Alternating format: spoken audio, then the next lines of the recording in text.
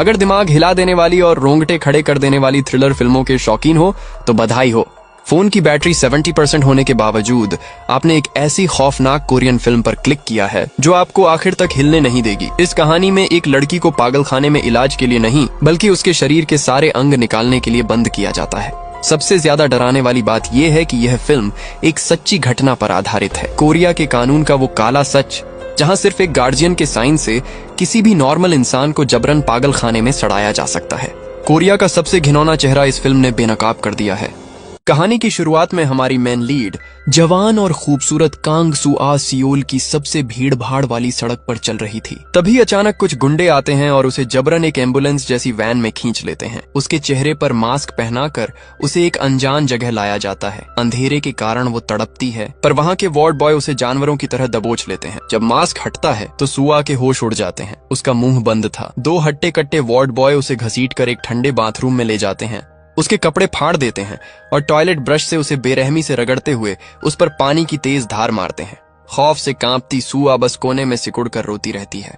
इसके बाद उसे व्हीलचेयर से बांधकर एक आदमी अस्पताल के डायरेक्टर के सामने लाया जाता है।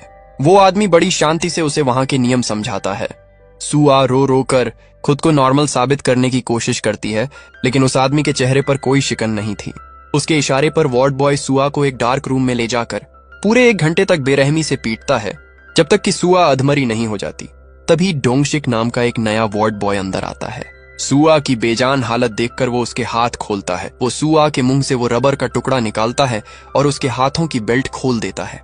फिर वो अपनी जेब से एक अजीब सी नीले रंग की कैप्सूल निकालता है और सुआ को खाने का इशारा करता है।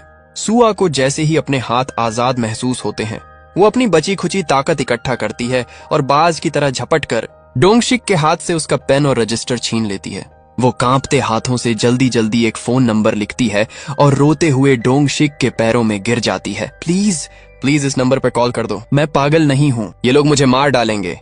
डोंगशिक का दिल पसीज जाता है। वो कुछ बोलने ही वाला होता है पर तभी वो जालिम गार्ड वापस आ जाता है और सुआ का जबड़ा दबाकर जबरन उसके हलक में दवाई उतार देता है। अगली सुबह जब दवाइयों का असर कम होता है और सुआ को खाने की लाइन में खड़ा किया जाता है तो वो अपने आसपास का नजारा देखकर अंदर तक कांप जाती है। वहां दर्जनों लड़कियां थीं, बिल्कुल सुआ की उम्र की, लेकिन उनमें से किसी की आंखों में जान नहीं थी। तभी वहां मिन ही नाम की एक लड़की आती है। मुझे कुछ नहीं पता, मैं बस अपने घर के बिस्तर पर सो रही थी और जब मेरी आंख खुली तो मैं यहाँ थी। जो यहाँ आता है वो कभी वापस नहीं जाता।